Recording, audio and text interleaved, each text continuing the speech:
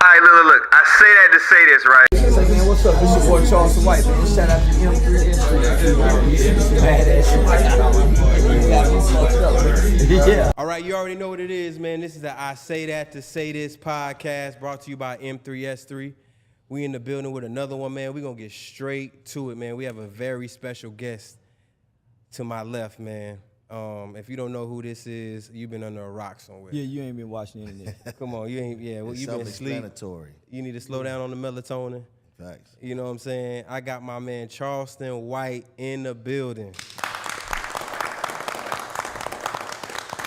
Man, yeah, I want to start out by saying, I know a lot of people act like you not who you are. You know what I'm saying? Yeah. And my dad always told me, if you hang around people who act like you're not who you are, sooner or later you're going to start thinking you're not who you are.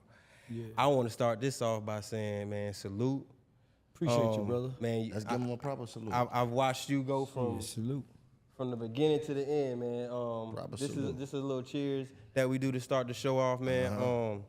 Just repeat after me. I'm not above you. I'm not above you. I'm not below you. I'm not below you. I'm right here with you. I'm right here with you. Yes, sir. My nigga. Thanks. Yeah. This that good quality water, Charleston. Yeah. Yeah, this that Aquafina flow. Yeah, them hoes be talking about they got, but they don't taste like this.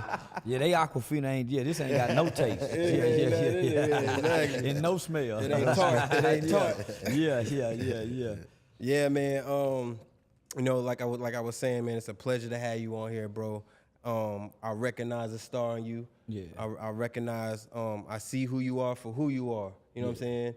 You shining bright, and you're a trailblazer in what you're doing, man. So I just want to salute you for everything you do, and I want to let you know we appreciate you for taking the time out your busy schedule to come to an up and coming podcast like ours. Yeah, I normally try to fuck with the up and comings.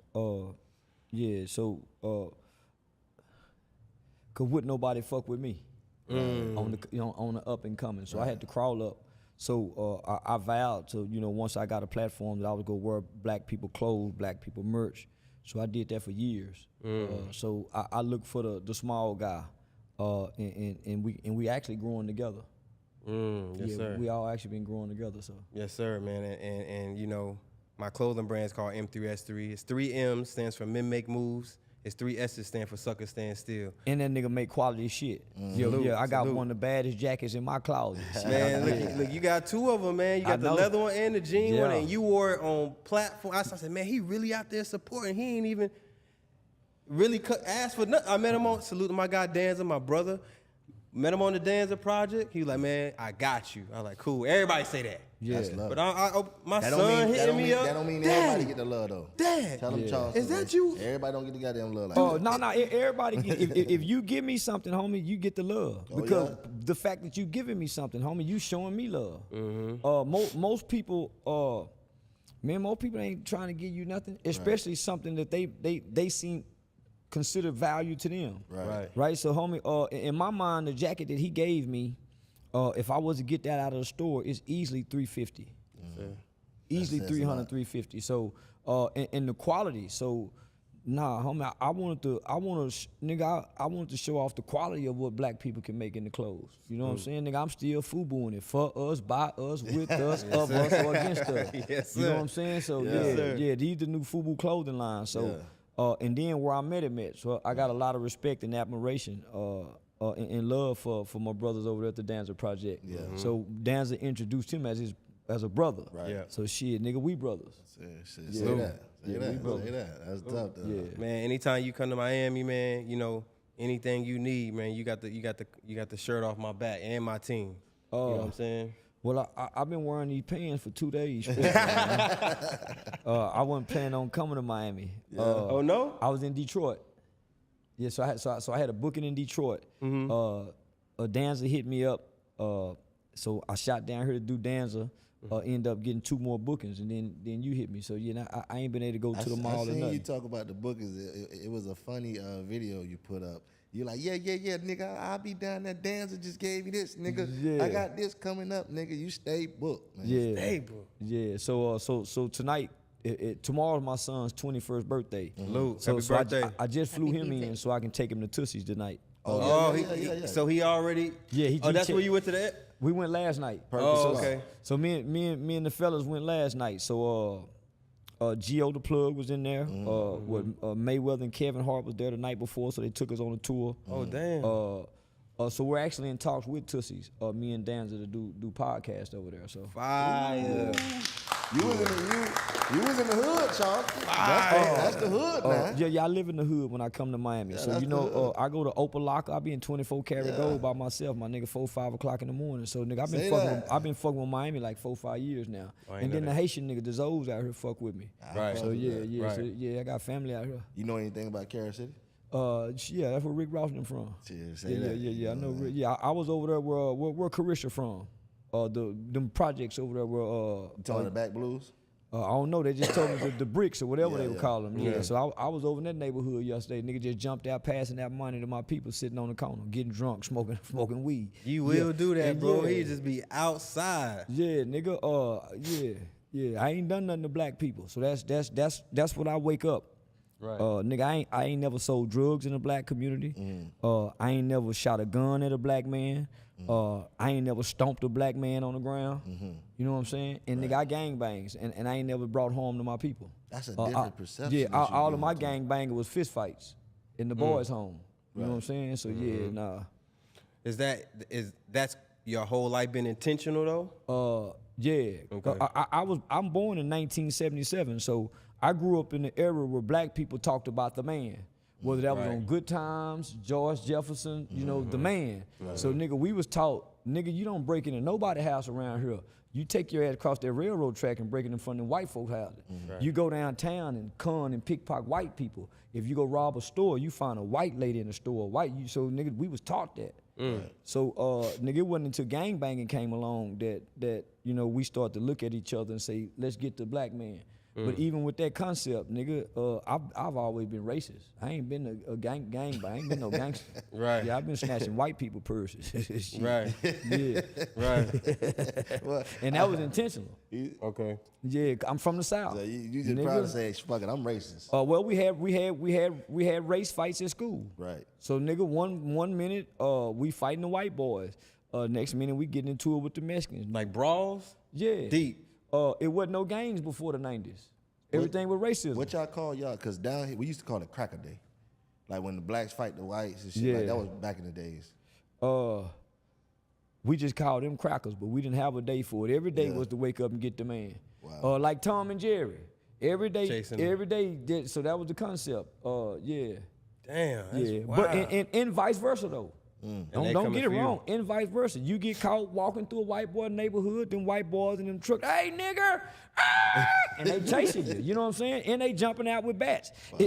It's like the lion and the gazelle, homie. It was almost instinctive. You been caught like they Yeah. caught you bad like before, like bad with the bat. Yeah, we done had to run from white boys where if they catch us, they go hit us with them bats. And we done had some white boys go get the other white boys because we in their neighborhood trying to fuck the white girls. Because we're starting to integrate. And nigga, the white boys got shotguns. See, we in my era, white boys had shotguns as kids. They father bought them shotguns. And they had trucks. Truck. With the shotgun in the window. And so, homie, they go kick the door open with the shotgun. We running. But we might done threw a brick at their car. You see what I'm saying? Right. Just being mischievous and delinquent. Right. But nah, homie, it was some tough white boys. That's some Shit, scary hell you shit. talking about? That's There's some some tough scary white shit. boys in the South. Hell you talking about? right. And there's some tough white boys, nigga, if you go to jail, nigga, they go give you what you looking for. So we understood that. But it was, you know, that was just a part of growing up. And then by the time we get to 6th, 7th grade, nigga, we spend a night at white kids' houses. I was We about done to made ask white you. friends. You know what I'm saying? So my Joey Bennett, Brian. So, you know, niggas in school now, 6th, 7th grade, because you really don't have no hate in your heart as kids.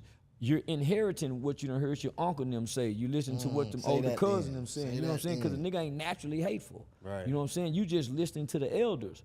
So most black and white kids in the South, they inherit their racism. They ain't really racist. Yeah. You right about that, cause when I was growing up, my grandma, I love you, grandma, but she thought everybody Spanish was Cuban. No motherfucking Cubans. My grandma. At least it wasn't Mexican. I appreciate that. My kid's Mexican. My grandmama didn't like Mexicans or white people until I had Mexican kids. My Mexican kid's grandmother didn't like niggas. I remember the first time she walked in the room and seen me, she walked right out and said, "What is this nigger doing in here?" Damn. And I'm in the room. These real Mexicans though. So yeah, nah, homie. We're first generation Dr. King's dream. Of him envisioning black kids holding hand with white. So we're the first generation in the 70s that really began to have a full integrated school and an integrated society amongst black and white people. Right. In the 60s, not so. In the 70s, they were being bused into neighborhoods that they was getting the pushback from.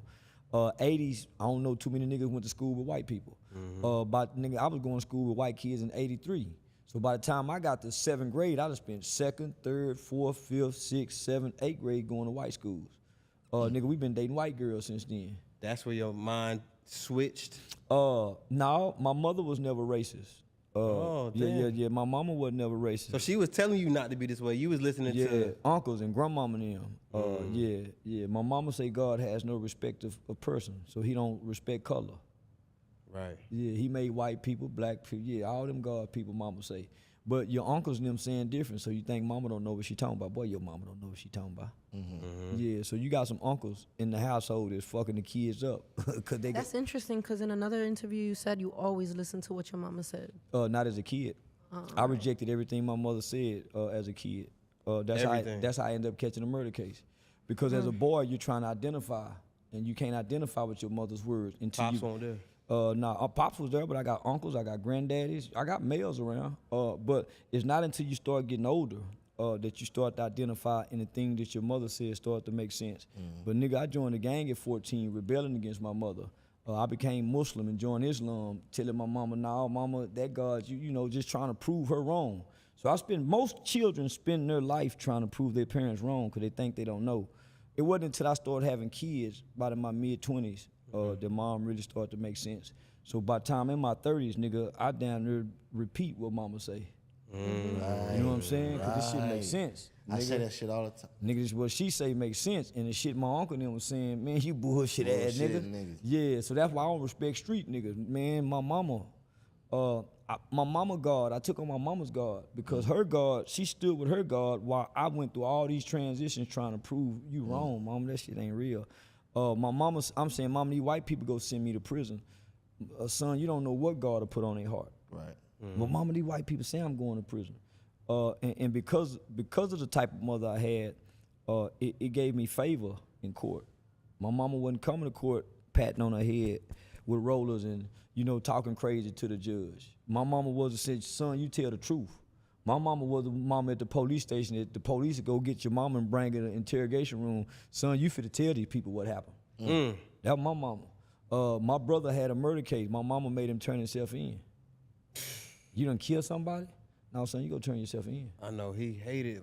Nah, nigga, we know mama know best. Cause had he not turned himself in, the police would have killed him. That remind me of that scene from, you ever seen the movie Clockers? When the first thing with Bokeem Woodbine, when he killed the guy, first thing he did was call his mom. Mom told him, yeah, turn your ass in. Nigga, when I got out the boys' home, when I got out of TYC, I had to go to a halfway house in San Antonio. And I had a curfew.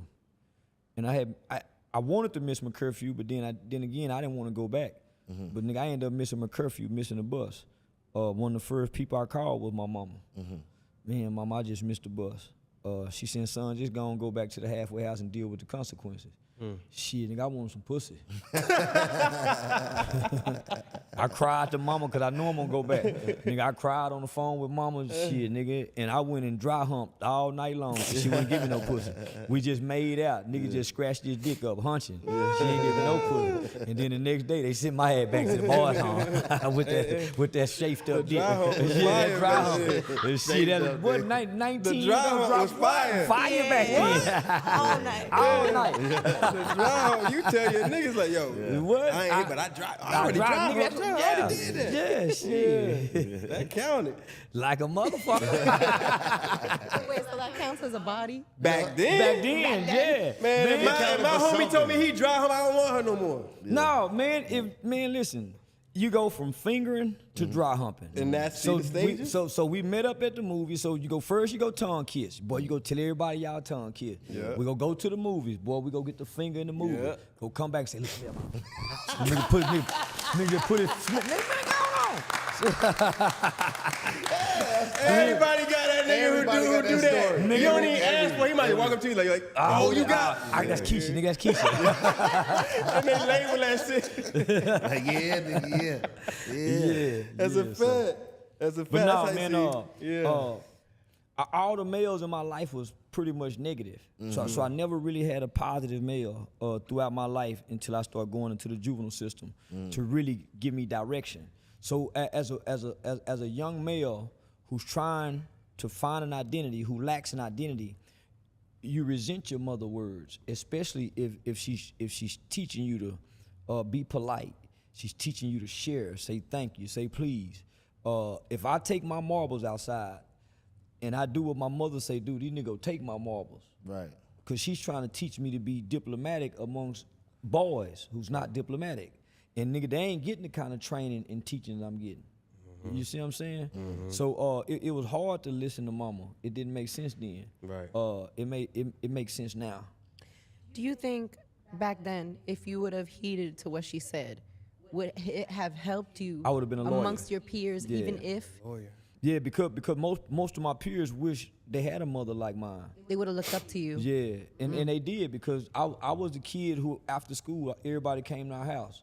So my mama worked at General Motors, so we was kind of financially stable during those times. So I had the name brand clothes. Fire. I had the Nintendo with the power pad, with the Spoiled, gun, right, with with the the duck. gun So on yeah, it. so I, Duck hunt? Duck yeah, the hunt. duck Don't play hunt. with You me. ain't that old, is you? Thank you. Already, so nigga, so Maybe I am. so I'm not telling you the people Use out the there. cheat and put the gun right on the screen. there you go. So I dated myself. But I because your mother has your best interest. So the things she's telling you, it may be right in life, but it'll emasculate you amongst boys. Right. You know what I'm saying? That makes, man, Yeah. listen, man. That's a gem right there. Yeah, it's right to do, but if you come do this at this age, in this stage in your life, it's gonna emasculate you. You know what I'm saying? So That's fire. That's real. Yeah. That's real. And a lot of people, I couldn't figure out how to put that into words myself. That's really what it is. Yeah. It's That's the right right. thing to do, but that niggas ain't trying to hear that right No, now, man. no. Listen, we about to go in this house. I call my mom all the time and tell her, man, you was right. Even with my kids to this day, some of the things my kids do, I tell my kids, I know what you finna do. And I catch myself sounding just like my mom. Yeah. You know how mama used to tell you, I was born that night, not last night. Yeah. I repeat the same cycle as my mom. And so our mother was just trying to raise us, homie, to be upstanding men, respectable, respectful, Right. honest, having some dignity, Right. having some integrity. But in the way she had to go about doing it, it ultimately made us weaker males. Right. Because she don't have nothing to reinforce. She don't have that male presence. She don't have that male concept to reinforce what she's trying to teach us. So we're not secure with her teachings when we go outside. That's why everything influences us. That's why it's hard for us to deny peer pressure, because we're just not sure Right. with what mom's saying. We don't have the confidence. We lack the Right. self-confidence Right. to come around here and say, nigga, I ain't doing that. Man, nah, man, my mama said, oh, man, he listened to our mama's boy. Yeah, mama's You know what I'm boy. saying? Then you got your uncles, oh, boy, your mama, you quit hanging up on your mama. Boy, come from around your mama. Right. You know, niggas hugging on mama, they making you feel like you're a punk because mama hugging and kissing on you. Right. Man, quit kissing on that boy so much. Right. Stop coddling. Making them yeah, soft. but nigga, you need that, but you also need that male presence as well. So I had a bunch of negative male presence that was just really countering what my mother was trying to teach me. Now, It's too bad. you know, again, we salute you for being here. We know we got you for a certain amount of time, so we want Yeah, to the studio time up, nigga. Oh, salute. Yeah, y'all paid for the studio. Y'all got me to the studio time up. Salute. Hell yeah. So, we know you just got out.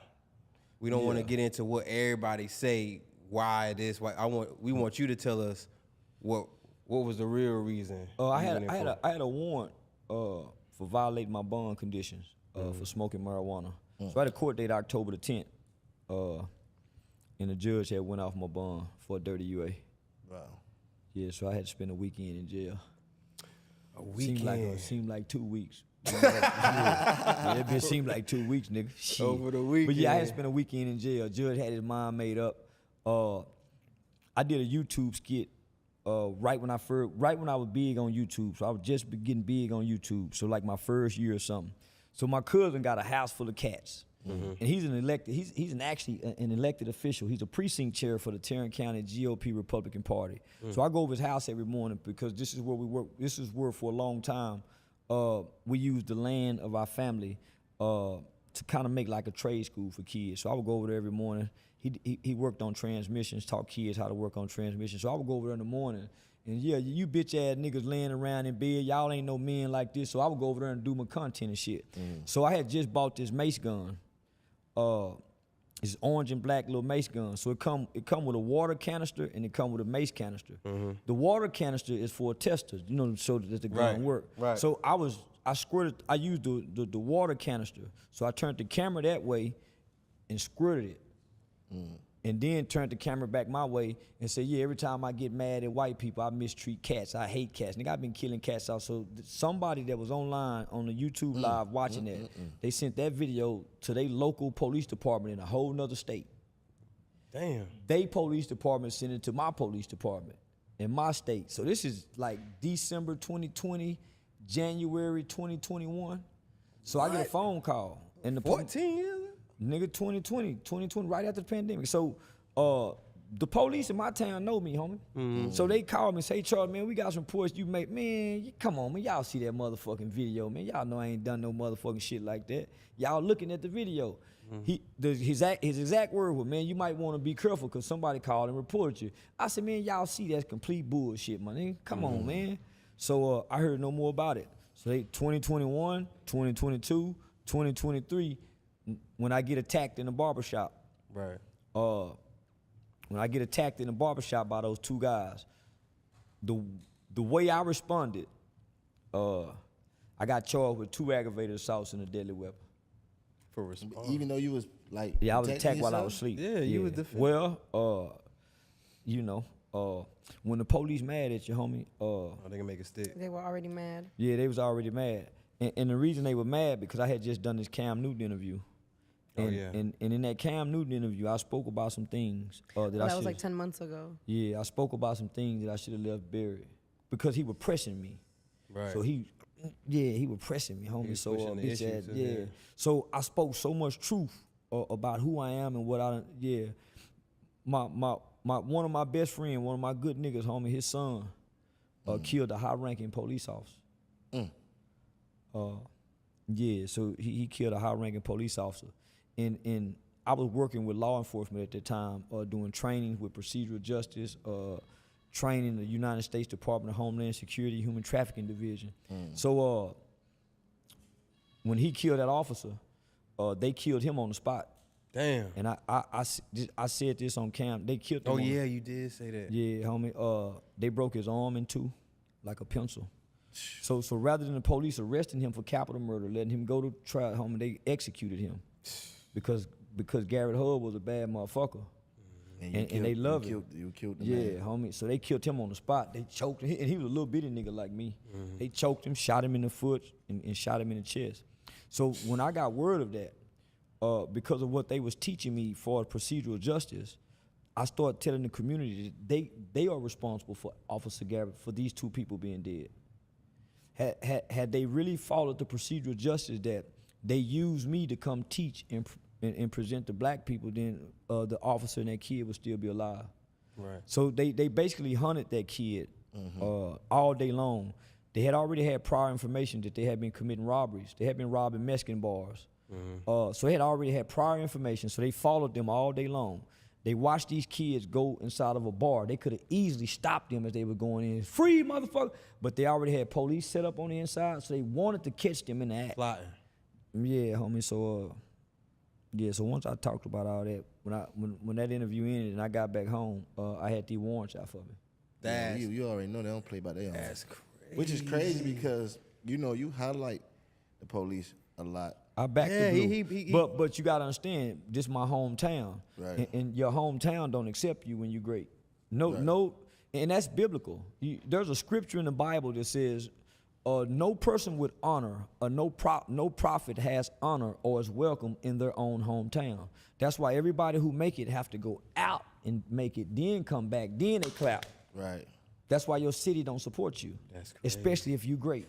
So don't feel bad, don't get mad. Just know that you great and they're not gonna support you. But when other people see you, they're gonna jump on the bandwagon. So that's what happened. So the police turned against me, homie. So when Chief Joel Fitzgerald, then let me just say this. I don't want to, homie, because I'm out on bond. Right. And they really want, homie. Oh, yeah. This some deep shit. Because the officer, homie, I flipped, and I wasn't supposed to flip. They trained me, nigga. They gave me my gun license. They taught me how to shoot these guns, nigga. I flipped, and I wasn't supposed to flip. So, I went against the police when I found out what they did to that kid's steptoe. So I started telling the community. You start telling the feel like community. You did- start telling the did what you community. supposed to do. You start Well- telling the community to go against the police, or what they did. that they killed this kid. Right. Rather than letting justice deal with him, they killed him and said they took justice in their own hand. I mean, it sounds like premeditated murder to It me. You can't say. So whenever a police officer dies or gets killed, police from all over the nation mourns, they cry, and everybody attends the funeral. So when they had the funeral, the family of this kid was getting death threats by law enforcement. Police riding by the house threatening the mother and the father. They went to every black preacher in our city and said that they can't hold the funeral. So nobody would even hold the funeral. Wow. They wouldn't even let the mother and fathers view the body. And nobody said nothing and did nothing because the police is above the law. They can do what they want to do with us. So me, just being my partner, Right. and I've been working with the police, nigga, I'm gonna stand with them now. What's right is right. I'm trying to stand on the side of what's right. I ain't trying to be wrong. So when I found out that the family was getting death threats, shit, nigga, I went and held security. I went and backed my car up in their garage, in their driveway, and nigga, I held security all night long by myself. Wasn't no Muslims, wasn't no gang banging niggas, wasn't nobody, nigga. Just me. Yeah, just me. And so, that changed the dynamics of because now I done stood toe to toe against them. So now they've been after me ever since. So That's how they do you though, man. That make that so No, now Charleston, I so ain't gonna lie full to you, circle. like- Now a lot of this kind of.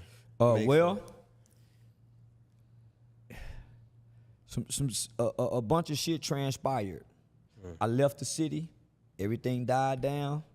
I came back, stopped working in the community, was more online, Right. and everything was buried until I did that Cam Newton interview. So, yeah, I peeled the scab back, and yeah. So now you the enemy on both sides. And I say that, Charleston, because Yeah, I am. You know, Only online though. only online. Yeah, only Because online. I was finna get into that too. Like, this has to be a character. Because I watch you speak about this too on Big Facts. Is this a character that you play? Because, bro, I enjoy your clips that you put up when you speak like half this. the shit I I'm talking. enjoy this. I could talk to him like That's what I'm saying. I would extend it like I could talk to this all day, and this is what I knew. Well, not most people don't want this. They want the character. So I learned early on, nigga, because when I was talking like this, wasn't nobody listening. Right. Yeah. you When said I brought the character, everybody started listening. Right. So I'm saying, nigga, fuck, I'm gonna bring me to the internet for. Cause if I bring me, I'm frustrated.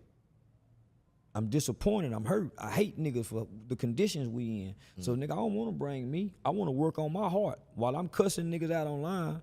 In the shower, I'm praying, saying, God, don't let my heart be hardened toward my own people. I don't want to hate, but because I'm working in the community and seeing all the devastation that's being projected and directed to us by us.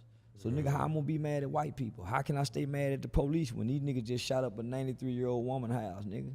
Right. See what I'm saying? And it's the wrong house, bitch ass nigga. Yeah. That video makes me so furious. Yeah, so homie, so now I'm starting to have a disdain. And man, I hate you bitch ass nigga, but I don't want this hate in my heart. So let me articulate it. Let me find ways to articulate it. So that's where the character was created out of. So but early on, nigga, from my first interview with Queen's Flip, nigga, don't nobody want the articulated Charleston, the intellectual Charleston. They want the internet persona. Right. So that would break my heart because I'm thinking people booking me to talk to me. Right. And when I get I done travel way to New York and this nigga want, man, oh, bitch ass nigga. So after that happened 4, 5, 6, 7 times, nigga, let me just stick to this character. Right. So nigga, most people, homie, I can count in 5 years how many platforms was looking for the man and that can enjoy these type of conversations. All day. Yeah. I had to discover this Charleston though, because when I first came across the character that you put out there, it was Death to King Von. It was some wild shit the homies put me on. But it was so intriguing. I'm like, yo, who the fuck is this nigga? But when I was bragging about killing white folks and killing white babies and raping white women, niggas was, wow, man, that nigga tripping. But I was on that shit for a long time. Right. Let's die, kill white people, nigga. Let's start raping. Nigga, I went downtown one time in the middle of lunch hour. Texas. In the middle of the lunch hour, my nigga, around City Hall, saying, I can't wait till we start raping white women like they used to rape them niggas. Man, so, but because Bill Cosby had just went to jail for that. And I'm saying Bill Cosby, so I'm saying, nigga, fuck that. So, but I'm still angry about the police shit. So I'm thinking niggas would rally around this kind of talk. Nigga, let's kill white people. Nigga, let's go shoot up an innocent daycare with white babies. And ain't no such thing as innocent white baby. Nigga, they gotta suffer for their father's sin, just like the poor niggas suffer from their absent father's sin. So I was talking like that for her. I couldn't get no nigga to rally, man, that nigga tripping. Right. That's a lot. Yeah, nigga, so I remember when nigga, I celebrated school shootings. I used to praise Timothy McVeigh. God. Damn it. But that's he killed white babies. What you mean that's a lot? It's no different than what we say in rap music, but I'm directing it toward white people though. Because I'm thinking, nigga, let's get white people in. It's the heart of the Black Lives Matter movement, long before George Floyd. Tamir Rice had just got killed. So nigga, I'm with the shit. But I saw black people ain't with the shit. Black people only with the shit with black people. And I realized niggas scared to even think about doing something to white people. And I want to be a bad nigga. I want to be one of the only niggas in America that ever brag about raping white hoes and killing white folks, and I ain't never done neither. This generation Nat Turner? Nat Turner was a pussy. Thank you for saying that. Nat Turner wasn't shit. That was a setup. Yeah, Nat Turner wasn't shit, my nigga. I wanted to be Makai Johnson, Galvin Long, my nigga. Nat Turner killed one little white girl. If Nat Turner could have stayed in the house with the slave master, he would have never started a revolt. He got kicked out the house and had to go live in the slave quarters, and he had never lived out there before. That's the only homie. But no, nigga, Willis was the nigga. Nigga, Willis was the nigga. He put you up on game. Shit, Nat Turner wasn't shit. But no, nigga, Galvin Long and Makai Johnson, niggas who kill police. Them were my niggas. Motherfucker that'll shoot a white woman in the head and kill her baby too. That's the kind of shit I was on. Man. And niggas didn't want to get on that kind of shit, so I turned on niggas. Now, everything that's going on, you know what I'm saying, with Woody, right? He said a lot while you was in there. Shit, I said more before I went in there. Everything seemed like it was going smooth to the 20 verse 2 and all that, and then boom. Then that happened. And yeah, so where you think y'all went wrong at? Nothing went wrong. We just changed the tune for the internet for content. Yeah, nothing went wrong. Me and Wood ain't beefing. We playing on the internet. See, I just got off the phone with Woody today. See, I kind of fucking believe this shit, but at the same time, I'm caught on the fence. Because as a viewer, I'm upset that they even have the situation that's going on. Well, I'm saying to y'all, nigga, as grown men, why y'all so into these two men y'all don't know and y'all got women, wives, and children? And I'm telling y'all, we playing on the internet. The internet is about content creation. It ain't about friendships. They playing in their face. Y'all on that side of the camera is the stupid motherfuckers we playing on. The news play on you. The NBA play on you. Read his hat. Do y'all really think me and Woody beefing? Yeah, we go sell it like we beefing. But it makes more content if we beef. Right. So nigga, I created the beef. You motherfuckers done bamboozled the world. I bamboozled y'all with everybody. I keep telling y'all I run plays, my nigga. I ain't finna get along with no nigga too long. I'm gonna switch it up for content. And a nigga gonna be like, God damn, Charleston, what happened? Nigga, I'm just playing for the camera. Go along, nigga. Yo, that's smart as fuck. So you lead the way with that? Like you'll just switch up and then tell a nigga, yeah, homie. Me and nigga ain't done that, nigga. Yeah. Because I know people dumb. The truth ain't the truth. The truth is what you can make people believe. Create men, yeah. truth ain't it. That's why it seems like I fall out with everybody, then we get back together. Nigga, I'm just running the plate, nigga. This beef go bring $100,000 more. That is smart as fuck. That's crazy. It's not smart, homie. It's called content creation. It's no difference than the writers who write television series, who write a script every day for these love and hip hop. They did it to us first. It's scripted. Basketball Wives, they did it to us first. But it started with the real world. We thought we were really watching reality TV. And so, homie, if you study this, then you would know. So I studied this shit, homie. And most people don't even understand content creation. So, nigga, I create content, my nigga. Ain't none of this personal. It's all business. This nigga a genius. That's crazy. This nigga a genius, bro. That's crazy. He's a fucking genius with this shit. That's bro. crazy. Yeah, so, nah. You homie. ever led the way like that and then be like, yo, no, I'm just making it. And then the other dude like, man, I ain't. Yeah, I done had some niggas say, God damn, my nigga, I'm running the plate. Nigga, just get open. Just get over. because the person I'm running the play with don't understand content creation. Nigga, this is about content, and content is what drives society right now. And I just told niggas, him and Woody just dropped part 2 of the 20V, whatever that shit was. We don't know if they dropped it. They probably shot it, and then the people who shot it dropped. The people who shot it just dropped part 2. And That's like why you said, we engaged. That shit did record-breaking numbers. Well, that's why he looked confused. Like, man, why he switch? I don't know why he did me like this. Right. Nigga, just go along. Yeah, you'll catch on later. Right. Everything content, homie. When you see people die, that become content. Sad. Only content I ain't seen yet outside of us is a child's birth. But nigga, let a celebrity die, let somebody die, that becomes content for people. Such and such just died, and people talk about it for a week. Childbirth is out there as content. Yeah, So I've seen it. Cardi B. She just had a baby. Even more. The Kardashians. The did Kardashians. first. So She pulled it out of herself. Like, it's I've never content, seen that in my homie. life. They made their life content, and look at them.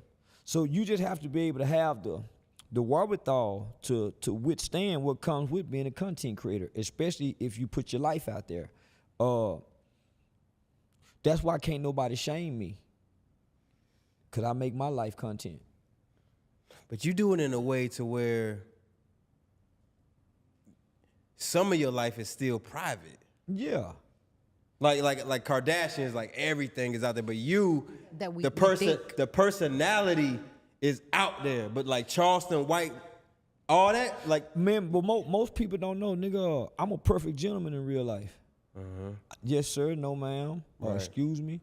I don't really cuss. Yeah, no, but online, nigga, you go think I'm a motherfucker. I talk like I'm a woman beater. I slap shit out my woman. Nigga, I don't slap no man. But that's the character and the persona. So if you understood what an internet persona is, what a radio personality is, a DJ personality, a television, so these are personalities, these aren't people. We as black people, we as poor black people are the only ones that's watching television, watching rap videos, watching football, and watching movies and think the people that we were watching are those people. right. Yeah, buy all the way into That's them. a fucking. We're the bomb. only ones that think that, us and children. Right. So, nah, man, most people got a private life, a personal life, and a secret life. Those are 3 different people.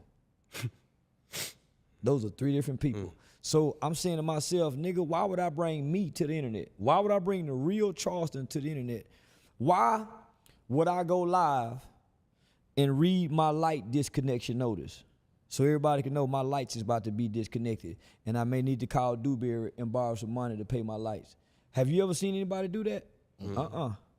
They put their pretty food on there, their best pictures. Everybody's playing, nigga. I think everybody's playing. Yeah. Everybody's playing. You only seen one nigga go live and argue with his woman, then kill her on live. It happened on Facebook 5-6 years ago. Who did that? I didn't see that. It was on Facebook. He killed the girl on live, nigga. People did that shit. He killed the girl on live. Yeah, I didn't see that. Man, it was all over the internet. Man, You talking about the one in Florida? I don't know where it was She at. was against the cabinet. Man, he argued. It was a long live. Oh, And eventually, yeah. Damn. On live. I remember So, it was Shreveport. Yeah. So nigga, yeah, I think I did hear about that. I'm thinking of a different one. so you don't. 'Cause there has been a few. You don't see nobody really going live, niggas really airing out their personal business. Yeah, So- put it on Facebook and shit. Perfect. Yeah, they'll put it, but homie, they gonna cut it off. Or most people, when they going through something, they don't post as much on social media. That's how you can tell mother man, all of a sudden they back posting. Oh, I'm gonna finna get off social media for a little while. They going through something. But they ain't posting what's really going on. So when I understood that, homie, that's when I realized I went to college. And in college, studying politics, politicians and government officials, they rely on the uninformed, not the informed. That's how they stay in power. The uninformed, because most people vote uninformed. Thank you. And that's what they rely on. So when you understand that, nigga, the internet is a con man's dream. The internet is a nigga who like to play, a nigga who can con, a nigga who can scam. The internet is that's their playground, my nigga. And you can be anything you want to be on the internet, and no one can. They can just no would one can know. dispute Yeah, it. you can be anything. Especially if you go to, Did you especially if you choose? go to Instagram, YouTube, TikTok. If you go to those platforms where your local people on. See, Facebook, the people, your cousins, your aunties, Right. they kind of know. But the motherfuckers, man, you can go over there and post like you, whatever you want to be. And that's it. So that's why you see nothing but happy pictures on there. Speaking of politics, who you think is our best candidate coming up? Trump. He's been president before. What did anything bad happen when he was president to us? Did black people go back to Just slavery? COVID, but that wasn't him. COVID was an attack on America by China. That's why they could, when it happened, the first thing they did, he signed a defense act. Right. It was they started signing military defense acts because that was an attack on America. I think you said Kamala Harris, you felt like she can't relate to black America. She can't. She ain't got She's for they them, and she's approving like bills where they can just do surgery. And, Yeah, she. and it's just weird. That's where she wants to spend some of the tax money. If you ain't got a black mother, how can you relate to black America? She got an Indian mother with the dot on her head. So how can she relate to us, homie? And most of us were raised by black mothers. Right. But she put on that accent though. Well, she went to a HBCU. If she could relate to us, she would have a black husband. She would have a black husband. And speaking of her husband, I heard somewhere that he actually owns the rights or something to Nina Simone. You heard anything about that? I don't even know who. No, I never heard that. I want Nobody really even speak on him. To her estate. He owns the right of her estate. Well, what I find odd is I've never heard anybody speak on him, and you hardly see him. So when have you ever seen a candidate and you don't see the family? It's true. You have always seen the spouse of the candidate. He's never around. So I've never heard anything about him, hardly ever seen him. He's like an invisible man. So she's his puppet. Definitely, because she doesn't have kids. She raised his There you kids, go. so that's how she makes the family. I feel like that. The picture is she's a family woman. And she don't. It's yeah, not her family. It's not her family. Yeah. Right. I always felt like that every time I bring this up to guests about Kamala Harris. I feel like if she does win, she won't be running the country. He would be. Mama Kennedy ran the Kennedy's presidency. Mama Bush, Barbara Bush, was very influential in George Sr.'s year, in George W.'s year.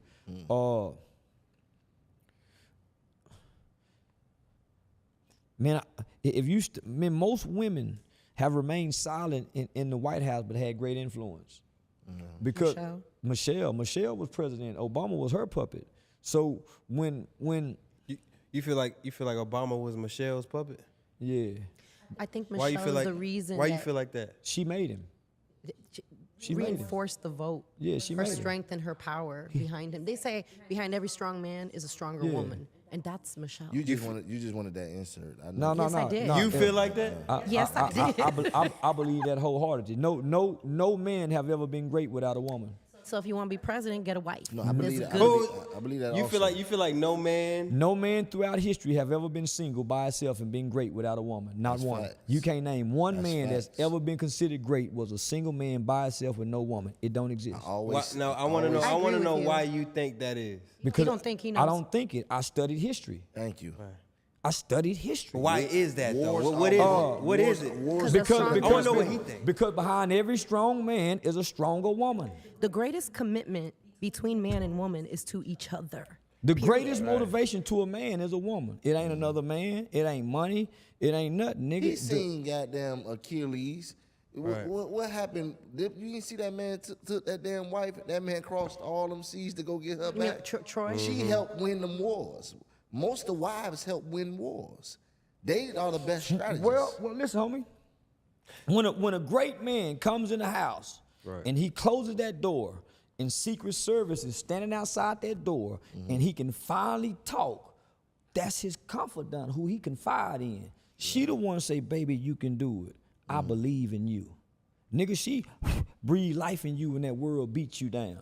She's your motivator, encourager, inspirator, nigga, when you at your lowest. So, nigga, you can't pick yourself up, nigga, without that.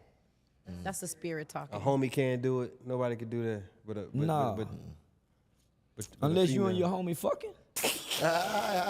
He telling facts. There's a lot of shit we do is for women. Nigga, still sharp and still. And then you living in denial. But nigga, man wasn't complete till God gave him a woman. right. Man wasn't complete till God gave him a woman, my nigga. That's your kickstand. That's your backbone. You your head, but nigga, she your backbone. Take your backbone away. You spineless, nigga, with that big head. So nowhere in history, my nigga, have a man ever been great, from Dr. King to Malcolm X, homie. all of them. All of them, homie. So when you start studying history, it was the woman who was writing letters, because these two men was once friends and became arch enemies. It was their wives writing letters to each other who bring these men together to bring peace. It's always been the woman, homie. How do you feel about Big Meech? You know, Big Meech just got out. What impact you think that's gonna have on? Snitch allegations, by the way. With no paperwork. See, it ain't no paperwork, homie. And people who saying this ain't got the paperwork, but they saying it. Right. So that's how you know these ain't real street people, because real street people, man, show me the paperwork, nigga. Whack 100 said he got something. Man, Whack 100 said, That could just be Whack content. 100, Whack 100 say a lot of things. Whack 100 say he got a gay sex tape of Nipsey Hussle. He got a gay sex tape of Nipsey Hussle. So who listening to Whack 100 and repeating what Whack say? I be wondering who give him all this shit. He Man. always got something. Man, He's any probably nigga that always attention. got something and you can't never see what he got, you got to know he lying. He always got something, but he don't never show what he got. Who listens to that? So Meech ain't gonna have no impact on nothing. Because he was a drug dealer. What impact he gonna have unless he go back to selling drugs? He can make some movies, but You don't think him being out is gonna change anything within the I guess the black culture? Now that he's out, you see people making videos like, I thought it would have been now that done Big already. Meech is out, this and that. You see strippers saying, you know, like you see all these. the economy is fucked up. Big Meech can't change the economy. That man been in prison 20-something years. He institutionalized. What he go change about today, and he don't even know nothing about today. The internet wasn't even what it was today. How he's gonna come here and beat the internet? The only way Meech can have an impact if he never get on the internet. If he never get on the internet. If he never gets on the internet. That's the only way he gonna have an impact. Don't come to the internet and say nothing. Don't do no interviews. Sell the rights to your story, make a movie. That's the only way he gonna have an impact if he never get on the internet. If he get on the internet, it's gonna destroy his reputation. Because the internet don't respect real niggas. They don't respect niggas who done stood on the codes. And they damn sure don't respect no nigga that done left his state and went and put down game the way he put down. Nigga, his actions and what he did after he left Detroit speak for itself, my nigga. What's understood ain't got to be explained. So don't come explain. Let your son keep acting you, nigga. Let your son explain you in the movies that he done became a star in. Because he's playing his father. So nigga, let that talk for you. You just sit back. And don't you say nothing. And man, yeah. And he'll have a take greater heed to that. impact on his culture. Right. Now they're trying to like tie Jay-Z in with the whole Puff Daddy situation. If you Who notice. is they? Nobody but Jaguar, right? You ain't heard, so man, don't be repeating that shit. Man, yeah, homie. It's all content. They're playing in your face. Yeah, homie. But if you come over here and repeat it, then you become discredited. Right. Because nobody's challenging that. And they saying, well, why won't they sue her? She ain't got nothing to sue. I'll spend more money going after her trying to get money I'll never get, as well as giving her the light. So they not saying nothing. It's only one person that's saying that, and that's Jaguar Wright. Right. You know who does what you do? And he came. Orlando Brown kind of like hinted at you and him do the same thing. Like it's a switch, you guys. Since you guys want Orlando Brown. I was there for that. No, Don't do that. I was there for that. He said it's a character, right? Nah, he ain't playing. That's He ain't a never said whole that. other ball game. They Nah. do. He says When you say internet. Nah, he playing not. the internet. Nah, he not playing You don't internet. think he playing the internet? Nah. He sounded coherent in tell you that something. goddamn interview. And what interview? When you see him together, It was a recent interview that he just are you had. talking about the one with Danza? Yeah. No, what I'm trying to tell you is you could see the clear difference homie. in the person. Well, Anybody? shit, he fooled the fuck out of me. But that's because you watching. So it's like you going to the basketball arena and your seat's way up there at the top, Nosebleed. and you ain't got no binoculars trying to tell the ref that ain't a foul. Right. Right. You looking from far, far, far away, my friend, Right. on television. Everybody who meet him in person and have met him in person think he's either mentally ill or on drugs. He off, bro. Everybody. And I You better sit didn't close know to he my- was off until I thought he was playing. I thought he was playing for the cameras. When I first met him, he jumped out the Uber. Shit, nigga, we finna get some money together. But when the cameras go off, and he still acting like that. He about to leave. He fooled the fuck out of me. I did leave. Remember, I got him left. But you got up twice, I think. Yeah. Speaking of dance, Out of respect, he came back for, you know what I'm saying? hold on, But Frank, because goddamn Brittany Renner, that episode, Brittany Renner, goddamn it. Brittany. can you see he smirked You on see the that. smile? Man, Brittany Renner sat on you, goddamn it. I said, this lucky motherfucker. Yeah, that's my baby. Yeah. Shout out to Brittany, and I'm proud of her for Yeah, becoming she Muslim. changed it, yeah. Yeah. Nah, that's my partner. We partners. Yeah, that's my partner. That's what's up. That's Yeah. what's up, man. Yeah, and she had a crush on me. That's why she did that. You know, man. You handled like a player up there, though. I ain't gonna lie. Yeah, I did. You handled like a player. He ain't lose his mind. Shit, I just got hard. You ain't wrong. I found a balance. Yeah. I stretched my legs out and lean back and tighten up them booty cheeks. So she can feel that You had to warmth. let her know you was there. Man, shit, I started feeling that warmness. Yeah. Yeah, that motherfucker getting warm. listen. Man, that motherfucker warming up. Do them hoes in them 20 He 20 talking about- be bad like that, though? Or them hoes that look like that for the camera? You talking for the fan bus? He said for the 20v1. Or for the 20v1? Do them Same, hoes- do them hoes be bad same like world. Do they be bad on them 20 versus 1?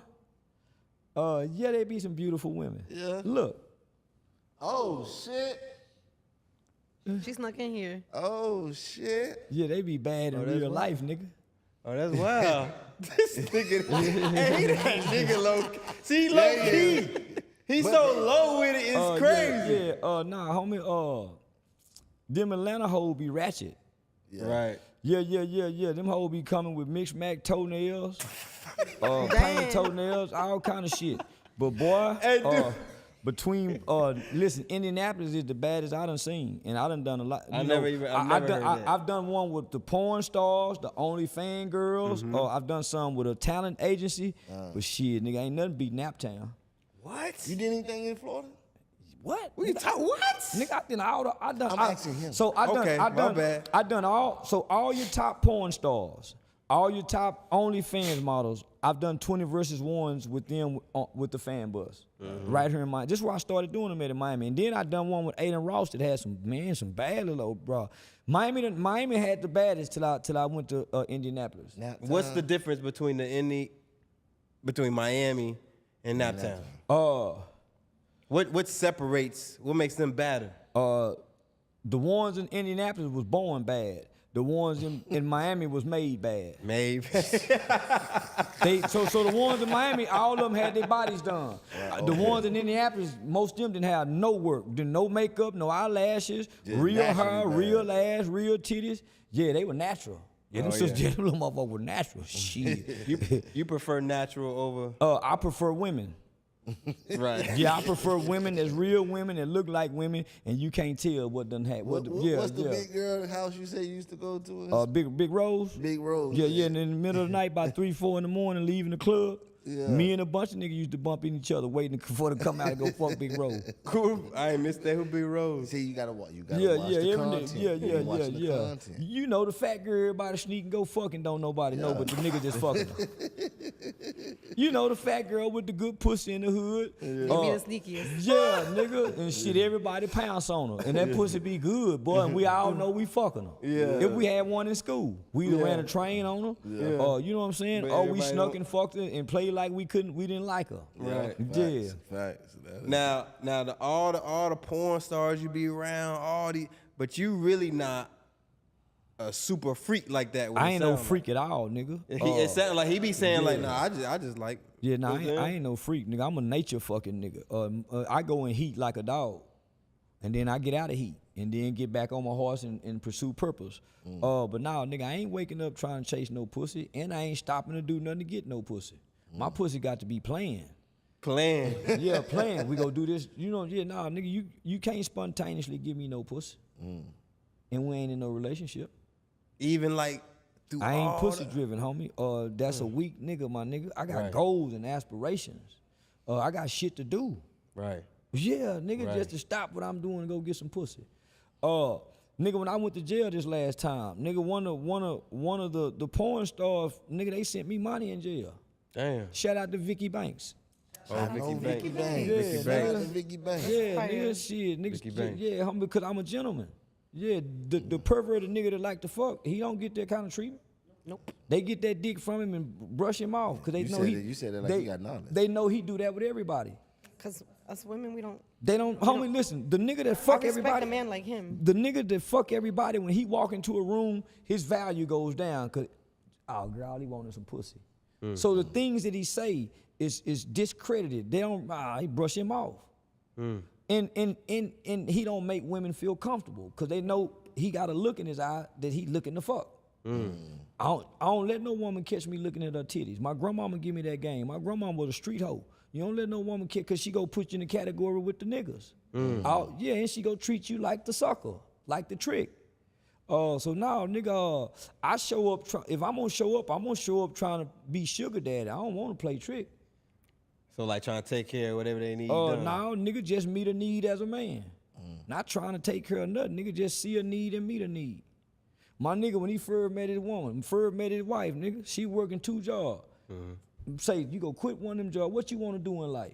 Okay, tomorrow we going to the school and put you in nursing school. That's fine. Looking at Icebox. Man, I'm finna go get you some groceries. Man, you ain't got no groceries? Come on, man, let's go grocery shopping. Because a man meet needs. And they married. A man meet needs. fire. Yeah, and she got him, and he put her through nursing school. Damn, salute. That's very smart. Salute. Yeah. That's fire. Now, That's now man your shit. partner's stronger. That's man Yeah. shit. And- You and- sound very triggered over there. I'm saying, you okay? Yeah, nah, man. I'm just saying, if you had a business, wouldn't you want your CEO to be educated too? You can't run a business or a household if you're both not on the same page. Marriage is a both not business, elevated. and that's why marriages I'll let don't you get last that because off. it's a business. Look, a man Hold on, is hold like on, hold a on. man is a founder, but a woman is a CEO of the house. She That's is. how I see it. She is. You agree with that? Yeah, she is. It's like Elon Musk. Right. He ain't running Tesla. Bill Gates, nigga, Steve Jobs was the nigga. So like Bill Gates is the husband, Steve Jobs was the wife because Steve Jobs gave us Apple phones, nigga. Bill Gates gave us the computer chip, but Steve Jobs took it and look what he did with the iPhone, Apple. So nah, homie, that's what the woman do. Take your vision and see your vision and push that vision. And you giving her the instruction to, okay, this, and then she's starting to learn and see where you want to take the vision.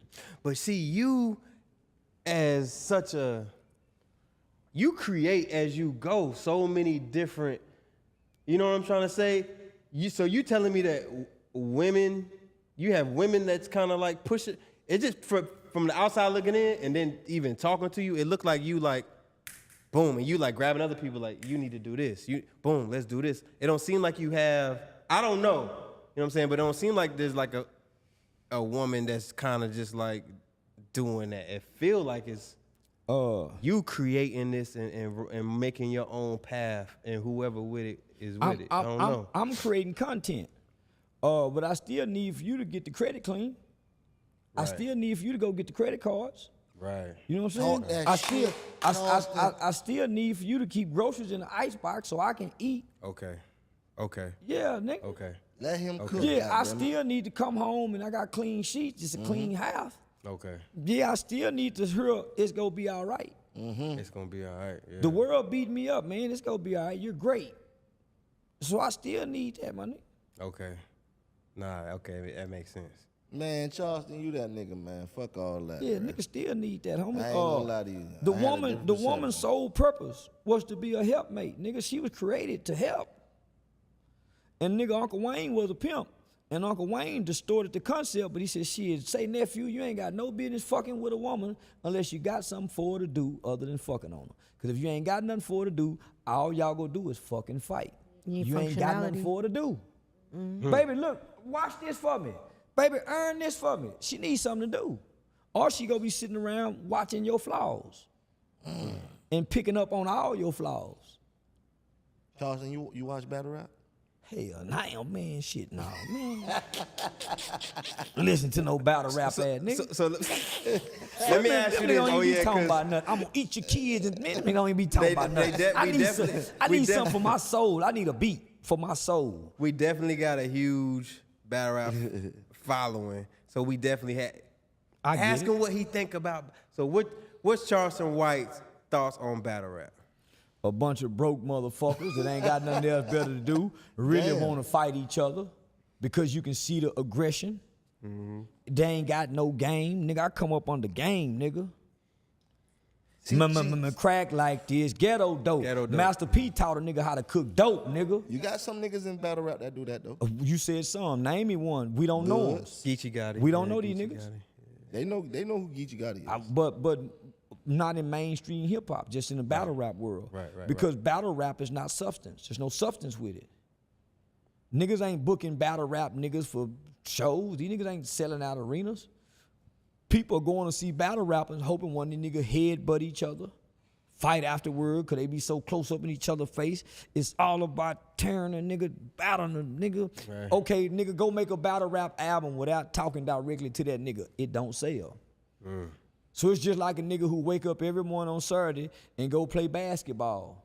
Might twist his ankle, hurt his knee. He ain't going to the NBA. He ain't getting no money. Does nothing for his life but some good exercise. See, I disagree with that because Jay-Z started battle rapping, DMX started battle rapping, Eminem started battle rapping. A lot of our peers that we look up to who sell the best albums all started off battle rapping. That's when they didn't have no stages to go. The Big and them had to rap on the corner because hip hop wasn't that big for them to have places to go to. Now these niggas can go book their own stage. They can go do all this. So, man, nah, homie, I like soul music. Okay. I like something that can help me think. Right. I remember when I was 21 years old. I was getting ready to go to the University of Arkansas. I got caught with 10 pounds and 2 pistols. Damn. Crossing state lines. Nigga, I remember 8 Ball had just dropped an album called Lost, a double CD. So he had this song called Lost. It said, man, I'm lost, and I don't know which way to go. I don't know who I can call that can save me, so I'm gonna drop to my knees and ask to be forgiven and pray for another way for me to. Nigga, we had songs that can get us through court cases. Battle rapping can't get a nigga through nothing. Nigga, I got a song by Lil Baby 360. Nigga, it's some song that touch a nigga's soul. It's some nigga Tupac, Lord knows. I smoke a blunt to take my pain out. And if I would, homie, that was pushing a nigga to God. Right. Battle rapping don't build no spirit. It don't impact no nigga's soul. It bring out the negative elements of a human. So nigga, I need some game, nigga. If nothing else, Pimp C and them taught us how to fuck with a bitch. Bun B and them gave us some game, my nigga. Battle, I'm a game related nigga, homie. I ain't angry. I don't want to be angry. Battle rapping niggas are angry niggas. I'm gonna say this, It Charleston. ain't. We gotta get you on to some. This is one thing. I would never. I want you to. I just Homie, want. listen, my nigga. I'll book it if I got book it if I have to. Listen, my nigga. I'm 47 years old. Ain't nothing I don't want to hear no rapping nigga with no beat. I don't There's want one person I want you to homie, just listen, try. I'm 47 years old. I'm not giving that man my soul. No, I'm not talking about. I'm talking about music. Who's the person, Fred? I don't No, that's what listen. he's Listen, saying. you can't give me no woman and you can't give me no music because you don't know what my soul yearns for. You like to hear that, I nigga. feel you, I I don't feel you. open my mind up to no nigga that's just talking. So what about slam poetry? Because that's kind of. I don't want no poetry. Really? I need a beat. Because the beat is what taps into the soul. I got African roots. That drum line.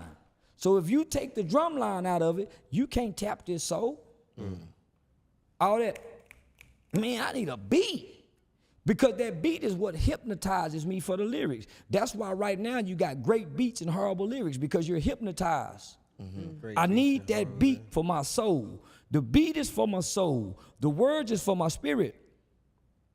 I'm listening, nigga, because it's gonna give me a different kind of spirit. If I listen to drill music, it's gonna give me a killing spirit. If I listen to pimp music, it's gonna give me a pimp spirit. You believe spirits in music? Come on, my nigga. I believe so, bro. It evokes spirits. 100%. I believe so 100% because I have to listen to. Spirits are in music. Yes, Why it do you is, bro. think? Why do you think the church, before the preacher comes out and preach, they have a whole hour of praise and worship? Because that's how you get God to come down, dude. Oh, the praise and the worship. That's why you see people breaking out. Oh Lord, oh, that's why you see that. It changes the frequency. And then when the Nah, I preacher believe get that. through preaching, what the choir comes back. Right. Come on, my nigga. Right. I'm a Yeah, grown I motherfucking man on his way about to leave Earth. I don't want to hear no rapping nigga, my nigga. I need the beats. So what's And the best soul music that you like listen Tupac to? That's a rapping nigga. with beats. Right. With beats. I'm thinking you finna say some guy. No R&B. You don't do none of that. Hell yeah, I listen to R&B. But I ain't in love with women. So I listen to R&B to soothe the soul. But I ain't wrapped up in the love concept. Charleston White stuck on an island for a year. He can only take 5 albums. What's Charleston White taking? That Whitney Houston Greatest Love of All He's the album. second fucking person to say that. Michael Jackson Thriller. Talk that shit. LL Cool J, one with I'm Bad and I Need Talk Love that on it. shit. Tupac, All Eyes on Talk Me. that shit. And then the double disc Tupac joint. The one with They Don't Give a Fuck About Us. They don't give a fuck about us. Yeah, and I never call you bitch again. I Yeah, think that's yeah. to the end. That's either Into the end of time. That's a yeah. double disc CD. Yeah. And the time. Yeah, That's that Pac? motherfucker- Yes. That's Pac. Hell yeah, he got some You don't know junk. that It's song? a They double don't give a disc. fuck about us. Yeah. They don't get. How you don't know That's that? fire. I know the song. I didn't know. Yeah, that. yeah. But nah, that I never call you bitch again. A bad Yeah. motherfucker. That's why I never call you bitch again. Yeah, that's a bad See, motherfucker. see, that kind of music is music. Right. But then I heard you say you could come over here and vibe to Lil Baby. I listen to Lil Baby every day, all day right now. Cause he a little Those nigga. two different. But if you listen to him, homie, he talk about Lil Baby, homie, he don't talk about killing. He don't talk about really no drug dealing. That's a little nigga talking about game. He come up with QC, with P from QC, Coach K and them, homie. He couldn't rap. They just took him off the streets, homie. This little nigga was a game-related nigga who had money before he started rapping. That's a rapper story you believe. He kicking game. Well, I know QC. I know P. Oh, okay. Nigga, I know P. So in homie, that little nigga got a hell of a story. Yeah, little nigga got a hell of a story. But homie, if you listen to that little nigga, that's a game-related little nigga. Yeah, he had that one song that social awareness song. He said he'll never do it again. Yeah. But man, if he would have kept the content there, man, listen. We're going to get you up out of here, man. I just got 2 more questions. My first one is, I don't know if you follow the whole Menendez brothers. You know about that story? I was a kid when it happened, so I'm very much aware of it. Yeah, so they traveled like the OJ traveled when we was kids. So I was on TV every day. My first, it's a part A and a part. So the first part, I want to know, like, do you feel like maybe they was innocent, No, they killed their parents. like out of self-defense? It wasn't out of self-defense. They had mitigating factors that caused them to make those to make that choice with an undeveloped brain. So I'm a guy that's been a youth advocate. Right. So I understand brain development, the prefrontal cortex, the lack of logic and reasoning. So I understand that when they committed this crime at 18, 19 years old, that they was kids who had been abused, traumatized, and had been dealing with childhood trauma, and they lacked the full brain development to really understand what they was doing, right? So all the science and medical data and research in the world says that the human brain does not fully develop to at or around age 25. That's why your insurance rates are so high until 25, right? It's all, so they don't have the brain capacity on top of being molested by their daddy. All this is going on. So when they make this, homie, they're thinking irrational. That's why they act irrational after it happened. So I understand that. The world didn't understand that back then. The world was still sentencing children to life without parole when the Mendez brothers got their time. They were sentencing 12-year-olds with life without parole back then, only to come back in 2016 with a Miller versus Graham ruling in the Supreme Court and said it is unconstitutional to do children like this. But because they daddy was a very, very big man in Live Nation in the entertainment world. Right. Yeah, they was railroaded. So they was so. So with that undeveloped brain, do you feel like their actions were innocent? They're not innocent because they did the crime. Right. You keep saying innocent. No, they're not innocent. When I was 5, I stole something. I knew I was doing something bad. So yeah, they need to be punished, but they don't need to be punished for life without parole. Yeah, man. So when you go to court, they have something that's called a criminal defense mitigation specialist. A criminal defense mitigation specialist is something different from a criminal defense attorney. The mitigation specialist is the one who go interview your mother, your grandmother, and find out, okay, he was molested at 4 years old by his stepdad. When he was in 9th grade, he was molested by the coach. When he was in 12th grade, he fell down a flight of stairs, bumped his head, and had head trauma. So they come present all these mitigating factors to the court. The court is supposed to consider those mitigating factors, right? And say, because of these mitigating factors, rather than giving this kid life without parole, we give him 10 years. They didn't have that information and data back then. That's why now you're starting to see people come out now, because now we have all the information and data on top of the family saying this abuse really happened. They did not allow the family to come in and testify on their behalf because their dad worked for Live Nation.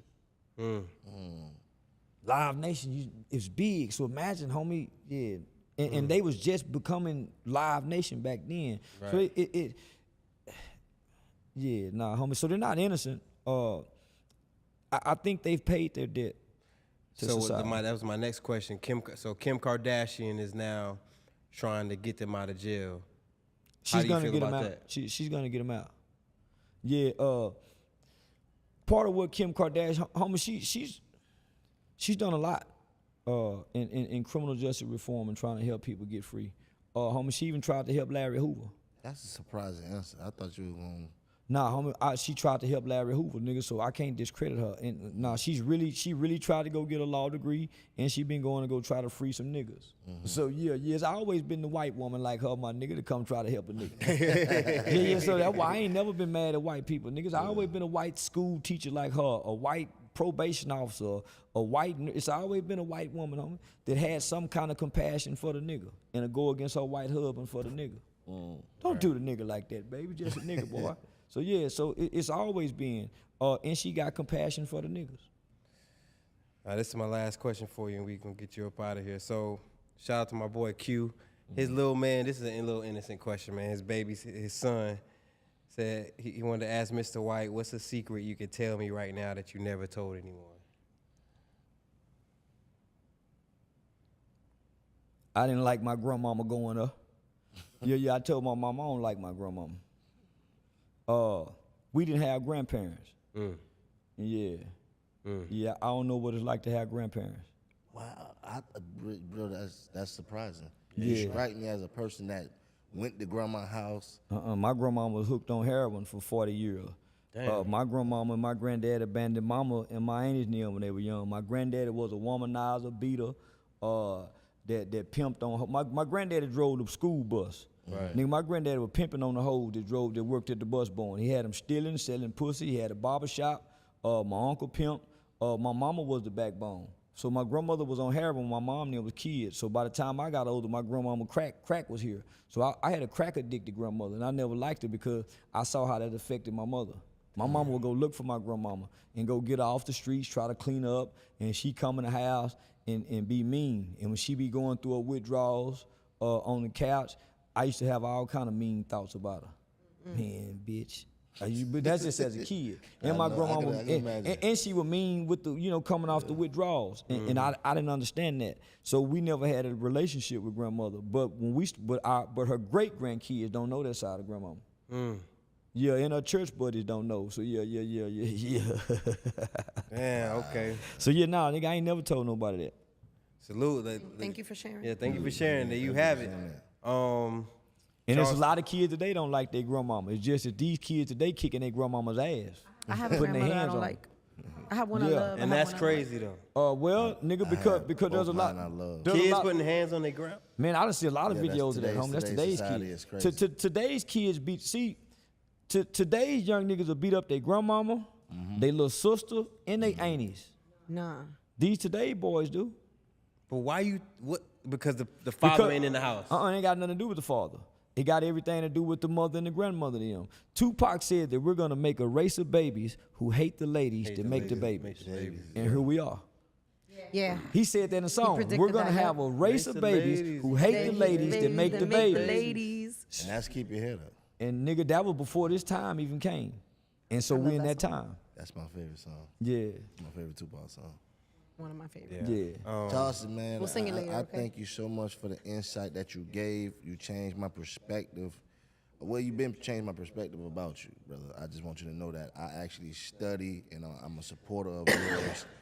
I like the clips when you talk the way you talk here. Yeah. You feel me? It's only so most of those clips come from the Dancer Project.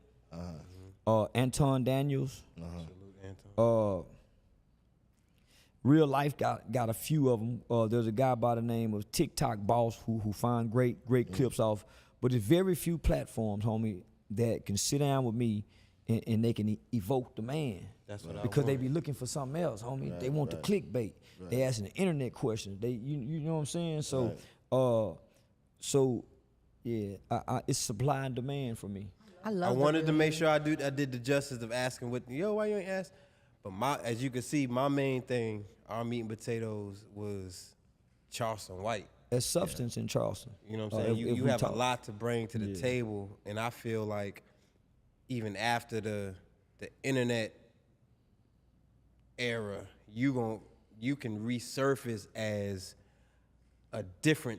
Charleston, as the man you haven't even really been able to put out there, because a lot of the stuff you say, you kind of end up winning over people, man. You know what I'm saying? Dropping jewels. Yeah, they go get the bow tie Charleston back one day. You know, we finna start back. You know, we finna reintroduce the Hyped About Hype program, and HYPE is an acronym for helping young people excel. So we finna reintroduce that in the culture.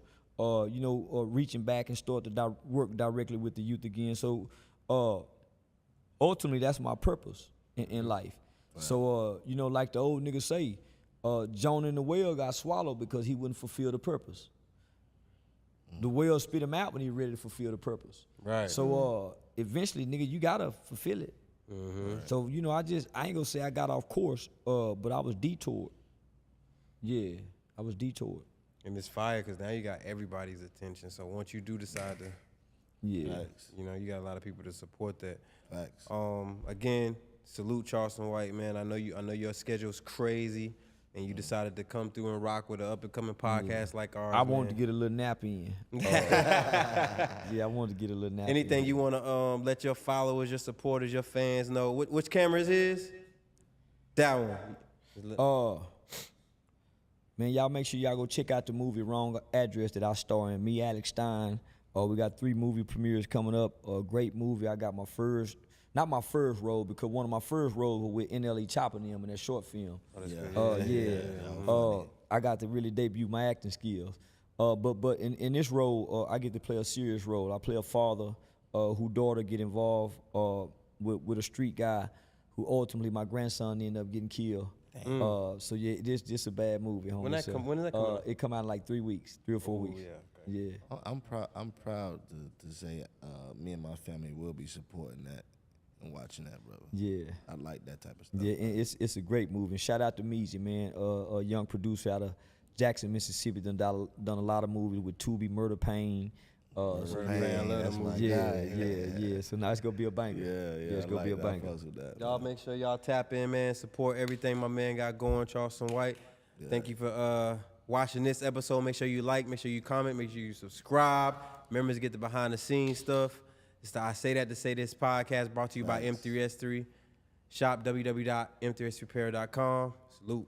Shout out to Woody and Tasha K, baby. Yeah, new interview coming soon. Shout out to Danza, too. Forgot to say Danza, my nigga. Appreciate you, fam. Salute. Go. Say what's up, man. It's your boy Charleston White, man. You already see where we at, man. Say This, Say That podcast. Great interview.